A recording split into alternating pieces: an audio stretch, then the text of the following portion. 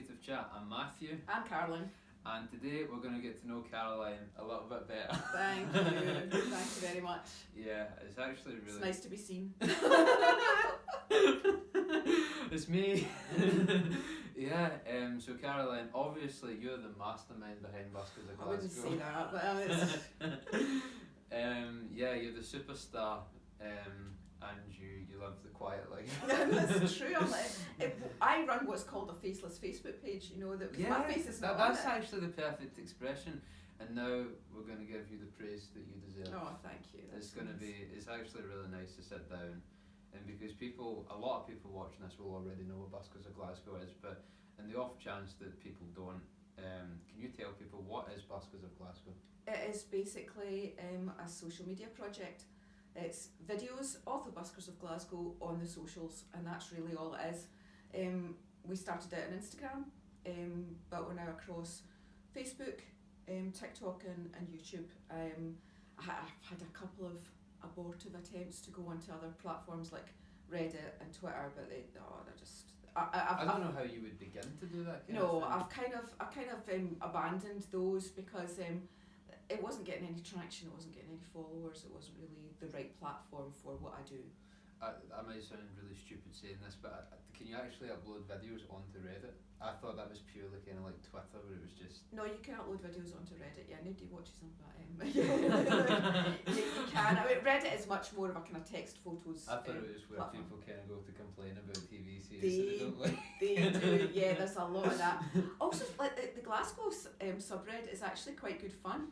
And I actually thought it would, tie into the culture quite well of the Glasgow subreddit, but nobody seems to that. I mean, everybody on the Glasgow subreddit laughs about the Despacito men, right? It's really hysterical over there for that. Are they the Despacito men now, or are they the Jingle Bells in January men? Yeah. I don't know, but I just call them collectively the Despacito men. People generally know who I mean. Oh yeah, it's funny, and it's funny as well because when you're saying that Instagram was where it started, Aye. I always thought it was Facebook. Mm. Maybe that's because I first discovered the page myself on Facebook, but you're saying it was actually Instagram when it started? Yeah. When I started it, it was, and Instagram. It's happened so long ago. Instagram only used to have a 1 minute video limit. Really? Yeah. So everything I uploaded in the first 6 months was only 56 seconds long. And it was just little clips, and it was Dean Robinson that had said, look, why don't you do a Facebook page and then you can upload the whole song, and it never even occurred to me to do that because I just didn't think people would be all that interested. And yet Facebook biggest is now the biggest platform of all, exactly. And in a way, do you not think that's quite funny, because a lot of people now would say Facebook's the kind of least popular of all the social medias, but yeah, it's the one that everyone kind of goes to. It depends what generation you are. A lot of younger people don't think Facebook. They think that's where my gran is. That's where my parents are. I'm not going to go there. Facebook's the one I use the most. It's for the younger people. But yeah, Facebook isn't all that popular with young people. Everybody else is on Instagram. That's their main focus. Yeah. And that's why I keep the Instagram. I mean, it was born on Instagram. That's where all the contacts are. And when I speak to somebody, I say, is it okay to film you for Instagram, and can I have your Insta handle, and then I'll follow them. And that is mostly, when I contact people and have group chats, that's mostly where I do it from. Would anyone object to, I've never actually thought of that before, but if you said, hi, I'm filming you for a certain social media, would they object? Like, so say they said, I'd be on Facebook or TikTok but not Instagram. Have you ever had that before? Not platform specific. I've had people say, no, I don't want you videoing me. Right, that's kind of what I was thinking. I've definitely, I've never heard of that before, someone being like, no, I refuse to go on TikTok or something like that. It's not so much platform specific. They don't say, I don't want to be on Facebook. No. They'll say, no, I don't want you videoing me at all. Mm-hmm. And do you think part of the reason for that is because they know that there's a high chance that it will be really well viewed? It depends. I don't tell people what I'm doing or who I am right off, because it's it interferes with the ecosystem. Do you know what I mean? So like, if I meet somebody for the very first time, I will literally not tell them who I am. I'll say, can I film you for Instagram? Can I have your handle? And I'll follow you. And then I do that, film for Instagram, and then later on they kind of go, oh, this is actually a really big platform. But if I tell them right away that there could be 600,000 people watching them, it might put them off a bit. That's actually very considerate.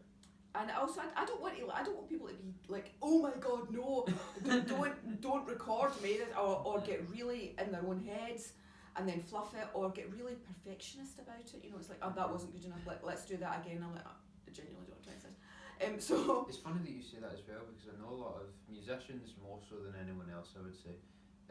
They judge the performance harsher depending on how many views it has. So say it gets a couple of hundred views and they made one or two mistakes, they'll be like, oh yeah, it was okay, you know, for what it was. But if that same video was to go to like 100,000 people, they'd judge it much more harshly than they would if it got a significantly less amount of views. Why do you think that is? Do you think it's like it's just, you know, that within that 100,000 people there's going to be people that are super critical? You know, there's always that kind of spectrum of just enjoyers and analysts, I suppose.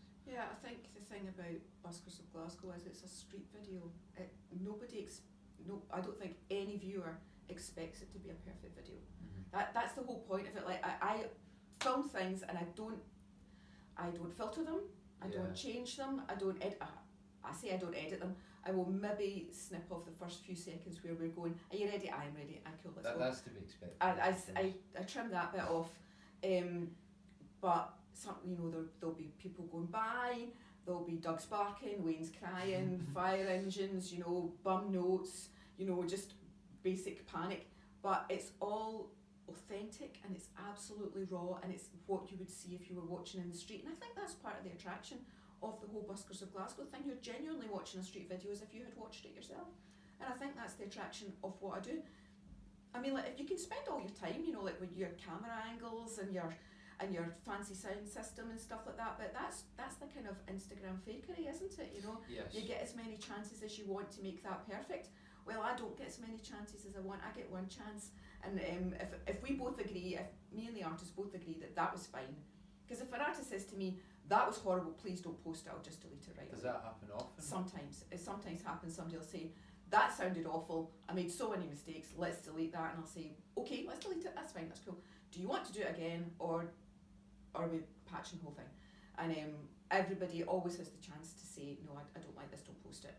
Oh, even after it's posted, they say, it's horrible, take it down. That doesn't happen very often. No, I can't actually remember a time where I was ever watching one of your videos and then it just came up, this video is no longer available, you know, mid-watch. It happens very rarely. It's happened on so few occasions that people have gone, do you know what, I hate that, I want to take it down.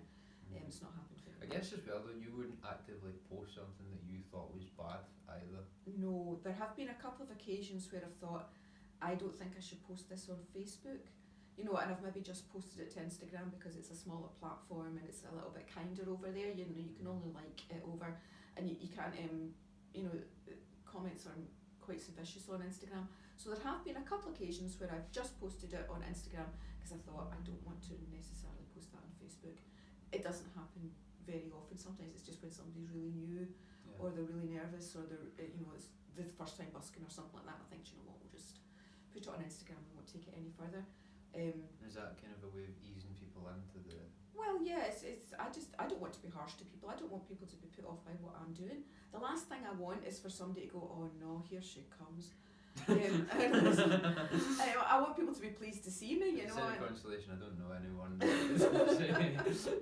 Oh no, here we go. So I don't want to be the one that's embarrassed somebody or made them feel uncomfortable or hurt their feelings in any way. If you don't want the video posted, I will not post it. If you decide after the fact you want to take it down, I will do that. And that's it's not my. So it's very fair what you do. Thank you. There have been some occasions where I have decided not to film someone at all because I feel that it would be I'd be making a fool of them. Sorry, this is a little bit. But sometimes when I'm thinking about, you know, like when I meet somebody for the first time, I'm thinking, is this good? Is this person vulnerable? If somebody's a bit vulnerable and they're not good, then I will make a decision to walk on mine. That's why I need to stay anonymous as well. Yeah. Because I need to be able to walk past them without their feelings being hurt. That's true. There's actually so much more to consider than you would actually think. With great reach comes great responsibility. And I realise that's a bit Spider-Man, Spider-Man. But it's true. I mean, I never in the early days, right? I mean, back in the 100, 200 followers days, I would just film everybody, didn't matter. And then once things got a little bit bigger and a little bit more scary, I realised I had to be a little bit more mindful of what I was recording and why. And was there a moment when you thought, oh, okay, this is big now? Was there a specific moment when that happened, when you thought, okay, this is no longer like 100 followers now, that people are actually watching, and you know, there's big stakes. Not as big stakes, you know what I mean, but there's a lot of people watching this now. When I got to about 50,000 followers on Facebook, I started to realise that's a lot of people. And I need to be a little bit more mindful about things. I mean, Instagram's still really small. There's still less than 10,000 people following that page, but Facebook is enormous. And sometimes as well, the reach can be way more than I realise.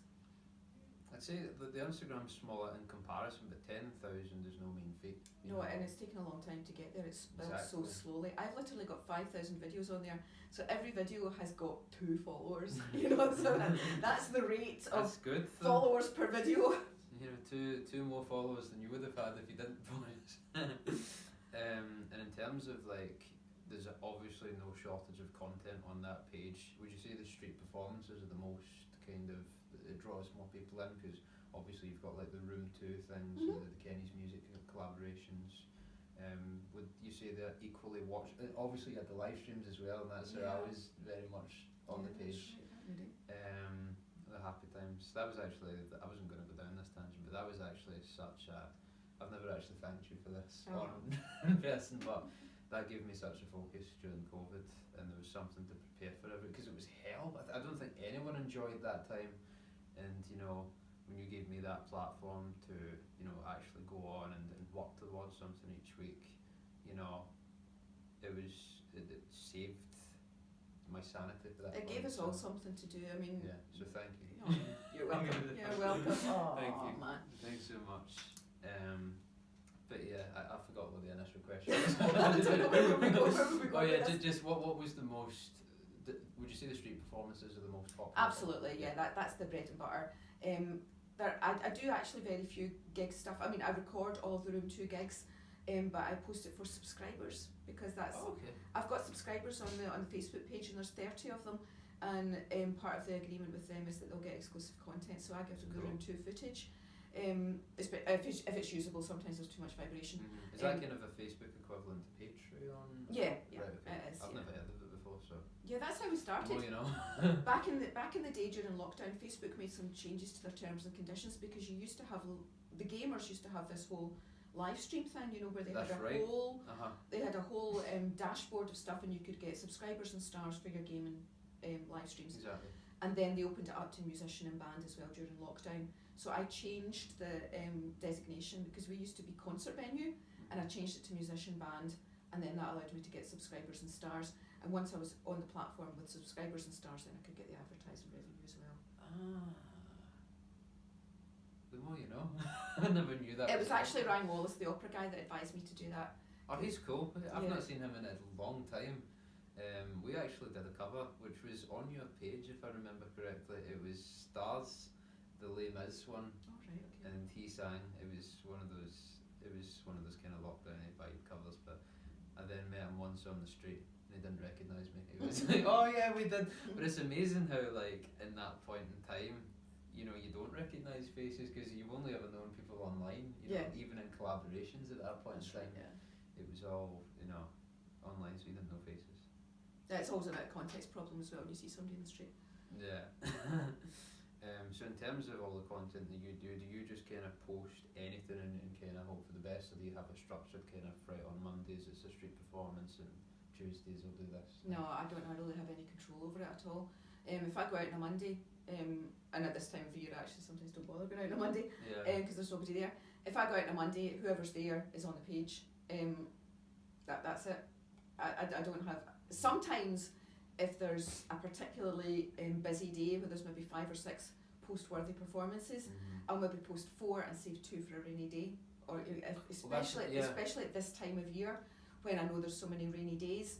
So I will make a decision to postpone posting something with the intention of using it as content on another day. But I actually don't have any control. People say to me, I get messages on the page all the time saying, what's the schedule? And I'm like, what? No, I literally go out, so it's a surprise to me as it is to you. And no, I don't know when anybody's going to be playing, and I don't know where they're going to be playing. And sorry, stop asking. I suppose when there's 500,000 people, though, you're going to get some really intense people within that. I know, because they want to see their favourite on a particular day, and they don't want to come into Glasgow on the off chance they might not be there. Get that, totally get that. Yeah. You can't schedule everything though. Mm-hmm. And especially busking, no, it's exactly. not like a formal gig. No, exactly. And you go out and do it when you want to do it. If it's too cold or you can't be arsed, then it doesn't happen that day. That's and true. There's a number of things that can, foil the best laid plans and stuff like that. So, but I never count on anybody, even if they say I'm going to be out tomorrow. I take that with a pinch of salt, because it's like anything could happen between today and tomorrow that'll stop that. This may be a stupid question, but did you have to kind of learn that through making mistakes, or were you just smart enough to kind of get that? No, I got it right away. Because I'm the type of person that I'd make that promise and say, right, okay, we'll see Daniel lads on Wednesday. Then you realise he's not there, and you'd be like, sorry guys. No, I realised that really super quickly. And people will say, like, why don't you advertise these live streams? And I says, because I don't know that they're going to happen. I genuinely don't know, because the live streams at Kenny's, I've actually kind of run out of people worth featuring, because Kenny's is an instrument shop, so we're going to be taking people that are playing instruments really. So and it has to be on a Saturday, because that's the only day I've got time to do it. So is it always afternoon? Well, yeah, because that's the time I've got to do it. That's the only time I've got, because I go to park run on a Saturday morning. I got the town about 12ish. And I'm up there until maybe 5 or 6 at night, depending on how good it is and how much fun I'm having. I'll go home when I'm cold and bored and tired and hungry, or all four. All four conditions must be met. Yeah, exactly. I was like, usually if I'm just bored, and the others are all okay, I'll say. But but that's the thing. I've got Saturday afternoon. That is my main content creation point, right. And I've got all that. Things are quite relaxed on a Saturday because I don't have anything to do but that. If I can get the live stream in, then that's even better. But I genuinely don't have time to do it midweek, because I've only got lunchtime to do it midweek, and Kenny's is shut on a Sunday. So. It's good to kind of get a sense of transparency though, because the fact that you can say, right, I'm going to do my best to do these things, but I can't always deliver. No. It's not like you're saying, right, every Saturday guys, and then, sorry, I can't. Absolutely will not promise that. I won't even promise a time. It's like, it might be 2 o'clock, it might be 3 o'clock, it might be 4 o'clock, it might be 4:30 just before Kenny shuts, because that's the time that suits everybody. It's honestly, Would you say that spontaneity though is part of what makes the page appealing? Because it's it's just a question I thought of there, but some people like to schedule things a little bit better, and I guess if they knew there was a live stream coming, they might deliberately tune in. But they can still watch it after the fact. Admittedly, when they're commenting, there's nobody at the other end responding in the moment. Yeah. I respond later on, but it's not. They're not part of the live stream process if they watch it later on. Yeah. And I can kind of understand that people, especially if they've got a favourite or and they want to be there, but I just can't make those promises. I genuinely can't, because I don't have much control over it. And I guess people will appreciate that though. I highly doubt there's anyone that's going to be like, I demand to see I demand to see my special favourite at 3 p.m. on Saturday, and I want all your special favourites elsewhere. Well, speaking of special favourites, do you have any special favourite memories from the whole time that you've done Buskers? So many great memories. Like we were talking about lockdown. It was when we were coming out the other end of it, and the non-essential shops were still closed, and people were playing in the park, and we had some great days just either at Glasgow Green or at Pollock Park, where we were just hanging about all afternoon in the sun, and it was absolutely, I loved all of that. It was such good fun. But there's been some classic moments, where I realise I've had a great afternoon, and the other day my husband was uploading something to YouTube, and he said, I found this video of Connor and MJ, and I went, that was such a good afternoon, because the two of them didn't do dual stuff all that often, and that afternoon the two of them just fetched up outside Marks and Spencer's, in the old Marks and Spencer's on Sucky Hall Street, in the doorway, and just sang country tunes all day. And it was such good fun, and I absolutely loved that, and I got some great content that day. And it's these isolated moments, where I think, that was just a super good day. Would you say they happen often? They happen less often than they used to. I have to say that because the original OG Buskers have all moved on. They've all got gigs now and they don't busk anymore. I'm in the process of, making friends with new buskers and stuff like that, and it takes a little while to become as close with them as I was with the others. There's always a transition period, I guess. Exactly. And things are super difficult right now. I mean, it's not just winter time, but in this kind of economic decline, the audience members are not as reliable as they used to be. Yeah. At the moment, you'll hear this a lot from a lot of the buskers, like some days you'll go out and you'll make a tenner, and other days you'll go out and you'll make 50 quid, and there's no way to predict what you're going to get. And it's worse now than it ever used to be. In the before times, you knew that if you went out and played for 3 or 4 hours, you could make 50 quid, but now you can't even predict that. And it doesn't matter if it's you or the song or the weather or what day of the month it is. I think there's a bit of magical thinking as well goes on with, it's the last Friday of the month, therefore that will be a good day, because everybody's just been paid. And I'm like, I'm guilty of thinking like that too. Is it though? I'm not sure I've seen that as a variable. Especially if it's January and February. Those are harder months. Much harder, I think. You see at least 60% decline in how much you would make. Oh, it's true. I mean, I was out on Saturday, and Saturday was actually a fairly good weather-wise day for a late January in Scotland, and there was only 2 or 3 buskers out that I could legitimately record, and the street was fairly empty, and nobody was. I mean, the people that were out did okay on that day, but it was possibly because there was only 2 of them out. Well, that's actually what I was thinking. If there was 7 of them out.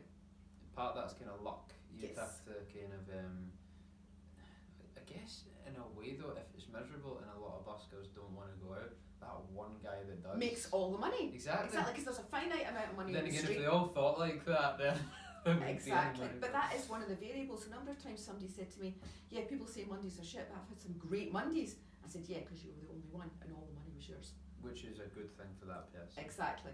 I suppose you could also be tactical about it as well, so it's like instead of going on to Buchanan Street, you could go on to maybe Bath Street, you could go on to Sauchiehall Street, because you don't see as many people. There tends to be one guy, 1 or 2 people, and then you can also go into kind of Argyle Street as well. Aye.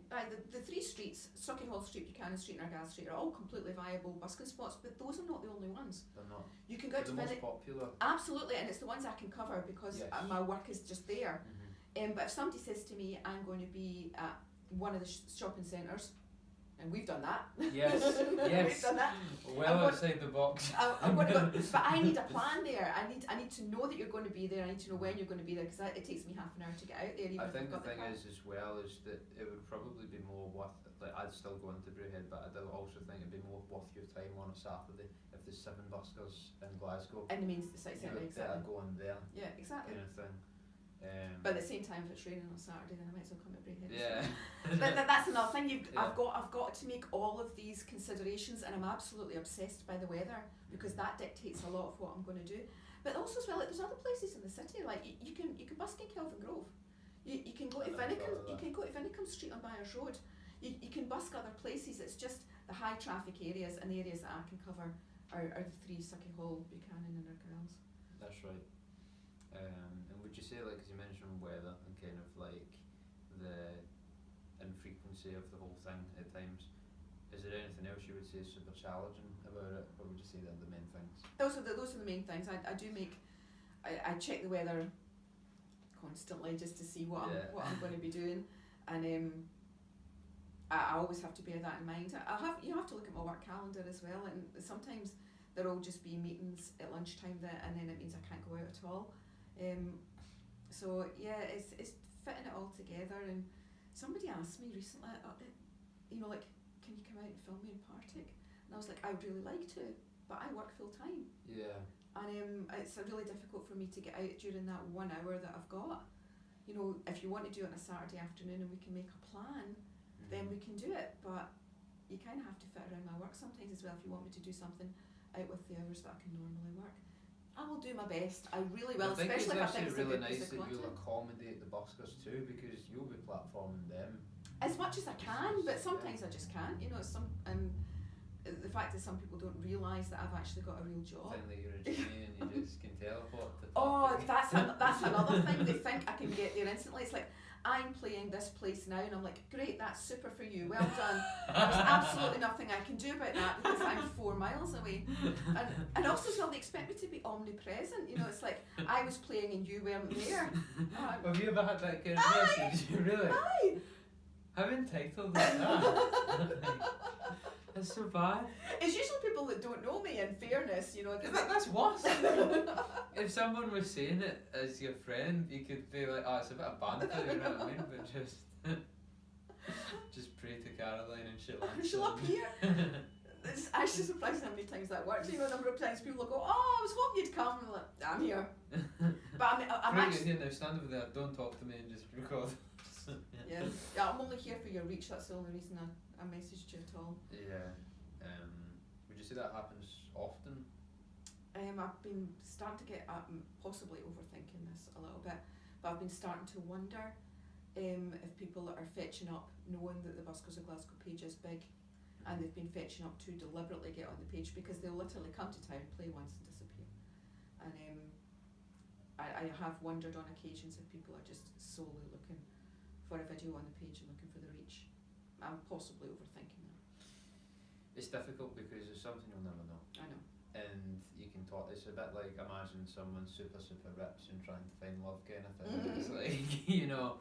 Do people only love me for my money? Do people only like me for my reach? Well, actually sometimes they do, yeah. But I suppose you don't have to think about that too much, because you've got a couple solid people, and more than a couple, but you've got a lot of solid, and they're the ones that matter. I think that's a good, healthy way of coping with it, you know. You might not know everyone, but you can know enough people to kind of be, right, well the others are just NPCs. Yeah, that was a visiting person. I mean, sometimes like the visiting videos are absolutely great, you know, and they do super well because it's something a little bit different, you know, and and sometimes the visitors come back, you know, and it's like, you know, they say, well, I didn't know how good Glasgow was going to be, but I want to come back. And it's like, great. That's it, yeah. Great, yeah. Join in. And speaking of going and coming and travelling, if you think less tangible and more, I don't know where I'm going with this. What is the future of us? I was trying to do a sci-fi vision, like, but it didn't work. It was a terrible. I can usually get a sci-fi reference as well. I don't know what the future holds. I honestly don't know. I've started this without a plan. I'm no further forward in the planning stakes. I've absolutely zero plan. I literally have a lunchtime project that got out of hand. That's basically what. That is basically what it is. And I still predominantly do it only at lunchtime, and it has gotten a little bit out of hand, and I don't have any strong plans. I'm always looking for like a wee bit of partnership, you know, if a venue wants to partner up, I'm, you know, quite interested in doing that, but it's surprisingly few people actually contact me with that with that in mind. I guess that's quite an inspiring thing, is it? I guess everyone should have a lunchtime project.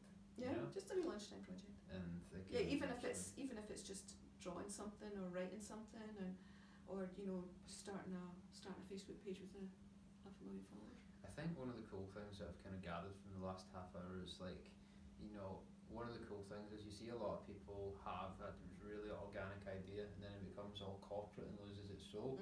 You've always resisted that, whether it's kind of saying to people, no, I'm not just partnering up for reach and business, I need to know you and be friends. And it's like you've maintained your soul by doing that. Yeah, I think that's always definitely been important to me, and because I'm on my own as well, and because I'm not getting paid for this, and I don't want to be paid for this. That's the last thing I want.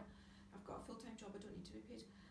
But because it's just me, I make all the decisions, and it's much more about how much fun I'm having and how much I'm enjoying it. And you know, when we started doing this in the beginning as well, we said, well, as long as we have fun, then it doesn't matter. Exactly. It doesn't matter who watches or anything like that. You know, we're happy that you're watching. We love that. That's a thumbnail. Well done. But we're doing this to have a good time. Yeah, and, exactly. This is, and I'm still doing that, and I'm doing it for the expanding of the network, for the relationships, and for meeting people, and you know, for like seeing them, you know, progress in their career as well, you know, and moving on, and going to their gigs when they stop busking and stuff like that, and so kind of that stepping stone between the beginner and the kind of giving musicians a hand up in a way. Yeah, I think so. And the platform exists there to get people's music out there, you know, and but I don't have any plans, and but I'm always looking for, you know, new projects or new partnerships. So I know you would never call yourself this because you're too humble, but for aspiring entrepreneurs Yeah. like yourself. Would you have any of it? Say it's a musician that's just trying to do the thing, or just someone that's like a young creative person that's maybe not really knowing what to do. Would you have anything to say to them? Do what you love. Be absolutely authentic in what you're doing. Yeah. Show people who you are, and don't worry too much about likes and views and things like that.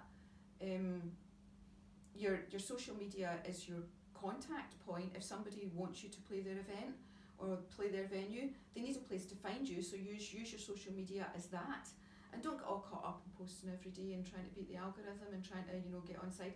I'm fortunate in that I've got content every day, and that's one of the reasons that the algorithm likes my page.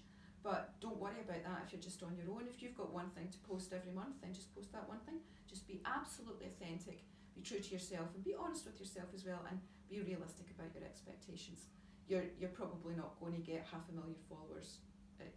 I mean, it took me 5 years to get to where I am, so yeah, it's certainly not going to happen overnight. I think that's something we can all take, not just beginners. There's something to be said for not caring about it. I mean, it's very difficult. Oh, aye. You look at something, you're like, I'm super proud of that. Why has that only got so many views? Or like, why is 800 people viewed this but 2 people have liked it? You know what I mean? Is it bad? And it's super unhealthy to think about, but it's kind of that daily it's that daily struggle, man, Aye. but it is. You just have to ignore it and just try and Just remember that it's your point of contact. It's basically your business card. It's your calling card. It's where you point people if they say, "Oh, what else do you do?" and you say, "I do this and do that." I think, a way of coping with the views thing is you can say, obviously, one, you're doing it to have fun, and 2, you're doing it to generate work. If you're successful on one of those 2 things, then it's a good video. That's right, exactly. Yeah. So we're coming to an end now, but obviously. Oh, are we? You're joking. I could talk for about an hour more. I know, and we probably will. We'll do it lots more. We've spoke a lot about your kind of social medias, and would you say the Facebook one is the one where people can find you best? Yeah, Buskers of Glasgow on Facebook, but we are also on Instagram. But we are putting the archive up on YouTube as well, if you want to check that out, because that's all the old stuff from like 5 years ago. You want to go and check out the old stuff, go and check there. And we're on TikTok as well. I like to put the kind of short funny stuff on TikTok, but I post a video there every day anyway. Facebook's personally my favourite one that you do. Yeah. You get the whole thing there. Yeah, you get the whole thing. Yeah, almost everything ends up on Facebook, yeah. Nice one. Well, it's been an absolute pleasure. Oh, thank you for asking. Oh, man. Thanks, guys. This has been Creative Glasgow Chat. Yeah. Okay. Glasgow Creative Chat. Right at the very end. I'm doing so well. Thanks, guys.